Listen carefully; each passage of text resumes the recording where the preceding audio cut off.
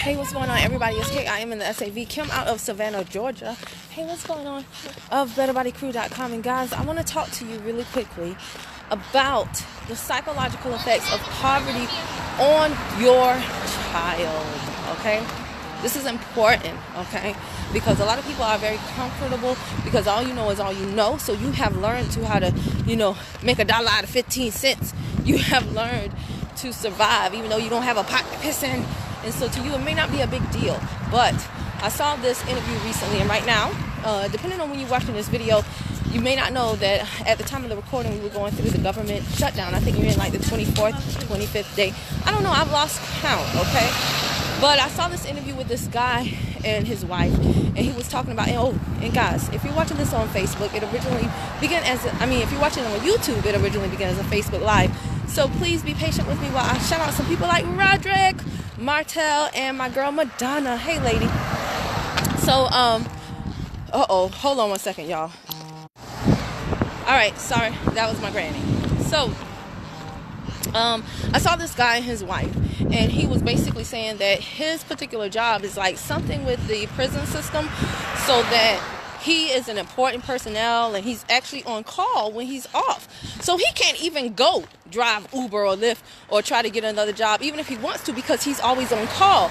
And this guy, y'all, oh my gosh, my heart bled for him, because he literally, like, he was holding his breath the whole entire interview. He just looked like he was scared to death. And he was talking about how his 10-year-old daughter was asking he and his wife, are we going to be homeless? And if you guys hear the squeaking, it's because I'm on my bounce boots. Don't hate, congratulate, get you some, bounce with me. Wasn't there a song with it? Yeah, Jay-Z song, come on, bounce with me, yeah. All right, so anyway, that's not how the song goes, but anyway. So this guy, poor thing, his 10-year-old daughter was asking him, are we going to be homeless? His son, who is like 13 or 14, was saying, hey, Mom, Dad, I got some Christmas money. Do y'all want me to give that to y'all so that we can try to save the house? He said they had literally just borrowed money from a friend to pay the mortgage the day before the interview, because he was like, basically, my lender doesn't care. And so it's so ironic to me that people are saying 80% of Americans live paycheck to paycheck, because I know people that paycheck to paycheck, that's so 5 years ago, right? Now people are spending their paycheck before they even get it. Like, one paycheck does not even last you until the next paycheck. A lot of people, not everybody, right? But a lot of people. So it's no longer a paycheck to paycheck thing. It's a paycheck for as long as I can make it work thing. And usually that's not very long. So a lot of people are really starting to feel this government shutdown. But for the most part, a lot of people live in a state of being conditioned to poverty. Like I say, they'll say things like, it is what it is, or at least I usually hate any phrase that starts with at least, I for the most part. And I want to talk to you guys because Grant Cardone, who is somebody that I follow, he has a very simple quote that he says all the time. He said, success is my duty. Success is my duty. Why does he say that? He's always talking about what he's going to leave behind for his kids, what he has to do for his family. Success, he feels, is his duty. And I feel that way for myself too. And I hope you feel that way for yourself, because let me tell you something. Even if you are fine with not having a pot to piss in, even if you know how to make $1 out of 15 cents, guys, please, just do your children a favor. Give them a better money mindset. Give them a better mentality as it relates to money, success. Don't make poverty their reality, because psychologically it messes your child up. When I was in the high school system, there were kids literally dropping out of school to get a part-time job to pay the bills. For their adult households. Like, maybe they were from a single parent home, one parent was on disability, and my heart goes out to people like that. Definitely don't think I'm criticizing them, but the number of students who were doing this was beyond me. Okay? Then there are other kids who their parents will charge them as soon as they're able to work to stay in the house. You could be 16, you could be 15, you could be whatever. I remember when I was in high school, thank you, my boyfriend at that time, his mom, and I'm not trying to talk about the lady, but I just thought it was, I didn't understand it. Literally, the day after he walked across the stage and graduated high school, he had 3 months from the time he graduated until we went to college, and his mom started charging him rent, starting from the day that he walked across the stage. And I was like, are you serious? He only has 3 months. And she was like, well, you out of high school now, rent. And in the South, I know quite a few people that have like one child responsible for a bill for the house. They're like, you pay the water bill, you pay the light bill, you pay the this bill, you pay the that bill. And then they'll say, I'm teaching them responsibility. Well, let me ask you something. How do you teach someone responsibility by shirking your responsibility on them? How do you teach your child responsibility by shirking you're the one that's responsible for that child, for paying the bills, for that household to function? How do you teach them responsibility by shirking your responsibility on them? Pretty ironic, I think. Now, if you're an adult child, that's different. But if you're a minor, you shouldn't be responsible for bills. The way you teach a child responsibility is when they make money, you don't say, now give me some of your money for the bills. You got to contribute to the household. You say, hey, let me teach you some responsibility. You have made money. Let mommy show you how to make money. Multiply. Let daddy show you how to make money. Multiply. You teach them investing. You teach them entrepreneurship. That's how you teach them responsibility. You don't say, oh, good, now you're making money. Take this bill. You need to know responsibility. Now take some of my responsibility so I can teach you responsibility by showing you how to get somebody else to take on your responsibility. It's just very weird to me. It's just very weird to me. And I'm telling you, a child should not have that type of pressure put upon them. If you are fine with poverty, fine. But think about your child. Think about how you are setting them up in life, because I'm going to tell y'all right now, if you cannot provide for your child, and I'm very careful with this, especially because I have a son. Since the divorce, I don't want him thinking he's the man of the house. I don't want him thinking he has to take care of me. I don't want him thinking that he is, a miniature version of his father. He can be none of those things. And he shouldn't have to think about those things, worry about those things. And that co-parenting class, man, I rejected so many things that they said when it came to the finances. They were like, your kids are going to have to do without. Life is going to be different for them now. You're going to have to do, and it was very depressing.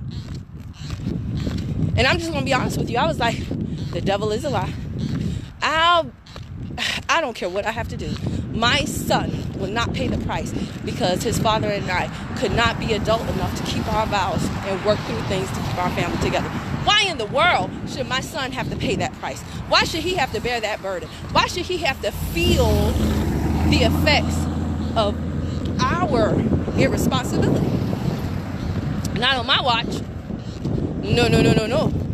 So I bust my tail every day. Why? Because success is my duty. And I have a responsibility to pass on to my child a money mindset that sets him up for success in the future.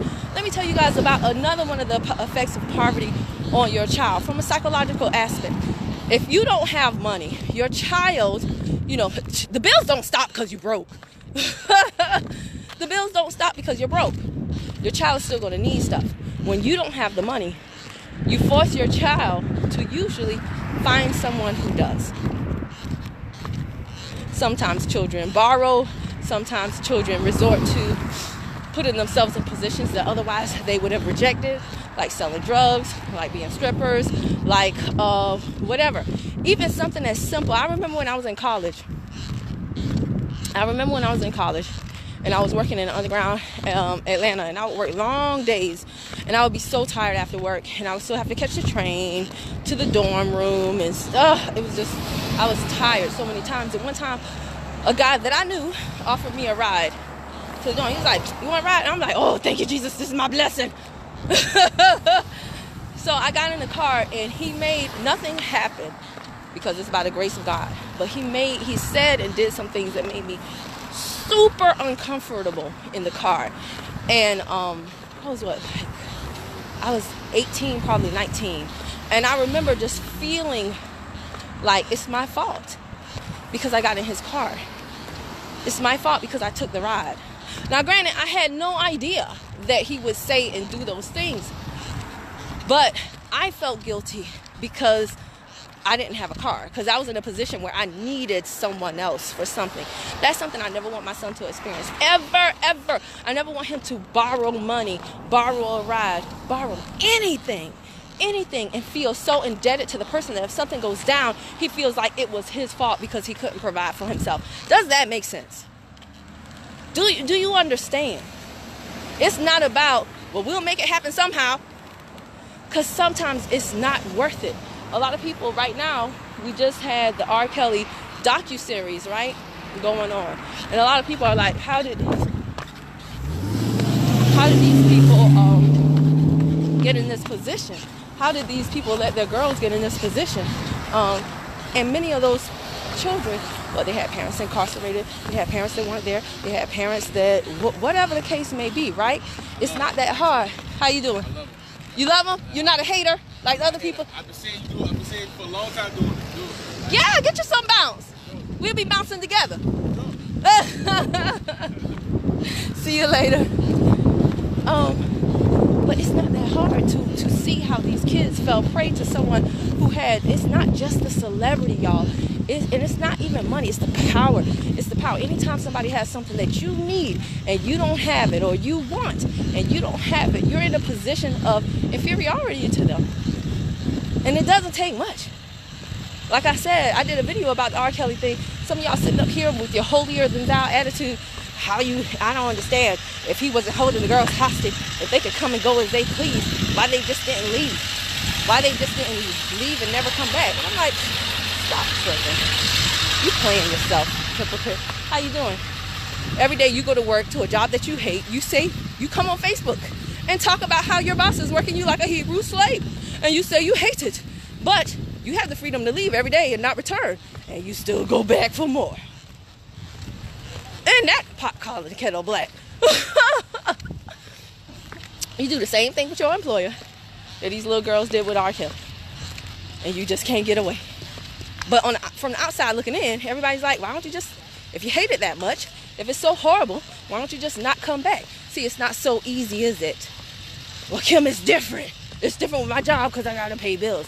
No, it's still psychological manipulation. It's all your boss, your employer manipulates you with your paycheck. I know people that have had bosses spit in their face, tell them they cannot go home for a sick child, tell them all types of things, and they still stay there. And they don't even put in applications for another place. They don't even try. Okay? Oh no, I'm not going in there. They don't even try. So what is the difference? It's all psychological manipulation. So I'm telling you, the mind is so wonderful. We have to protect our children's mind. We have to protect how they think about money, how they feel about success, how they feel about poverty. We have to shape that from early on. If you don't care about yourself, that's fine. But if you have a child, oh my gosh, please do whatever you can to not make them fall prey to other people who have the resources that you know they're going to need it. Stop. You know they're going to need. Money's not everything. Nah, but it's right up there with air. Okay? Everybody who acts like money is not a big deal, they act real crazy when they don't have no money. They act real crazy when they need something repaired. And now they're like, shut up, I'm trying to figure this out. Hey! Hey! Huh? I got a new Blade. You got a new Blade? Great. Another toy for me to step on. That's awesome. That's exactly what I was doing. What? I got an S+. What? Say hello to the people. Hello, people. But no, anyway, Eho is here. Did I talk about everything I want to talk? Oh, that's a pretty blade. Oh, yes. But we will not play any blades until homework is done. All right, so yeah, when you have to borrow, your child feels indebted. It's too much pressure for your child. I think that's all I wanted to say. And I really feel like this because there are a lot of cycles that are repeated in generations of families, and they go on for many, many years. And, you know, like I said, if you're fine with it, because that's what your parents taught you to just make do. At least you got your health. At least you're breathing. At least this. At least that, man. Let me tell you something. I firmly believe I was not put on this earth to live a life of at least. That's just my belief, okay? And I'll be dang gone. I'll be that blame Nelly if I'm gonna teach my son. Hijo, my beautiful baby. Yes. Jeez. I'm not gonna do that to him. I'm not gonna make him have to borrow or be stressed and pressed about money, about resources, and have to work out all these psychological, like I said, things pertaining to poverty, success, and money. And I don't want to be rich. I know people right now that there's nobody in their family that has any money, any resources, and they are so scared to become wealthy because they think that, is that just my lip being dry? I think it is. It's winter. But they are so scared to become rich because they feel like everybody in their family is basically going to want them to pay for everything. So they would just rather be broke and blend in because they don't want that pressure of having to tell certain people no. And you see this often with celebrities, with athletes, with stars, with all types of people, y'all. And it's not fun and it's not fair.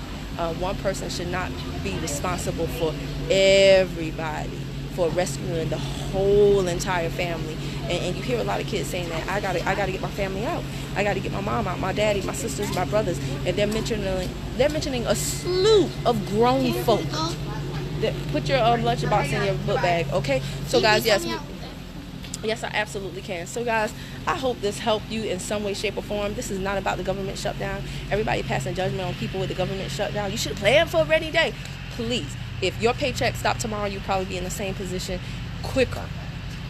And even if your paycheck doesn't stop, even if you have like savings and certain things in place, I'm telling you, if you have not prepared to have like massive wealth coming into your family so that your children don't have a poverty mindset, you still are positioning them for psychological manipulation, because inevitably they are going to need money, they are going to need resources just to do the bare minimum in life. And if they are not able to get those things, especially outside of a paycheck, you are putting them in danger of being at the mercy of someone who can provide those things. Okay? All right? So I hope this helps someone. If you were watching this on YouTube and you liked it, click that subscribe button. Also hit the bell to the right, ding dong, so that every time I upload a new video, you'll be the first to know. And other than that, I'll see you later. I'm going to talk to my son now, y'all. Got to find out what's going on with this boy. Bye.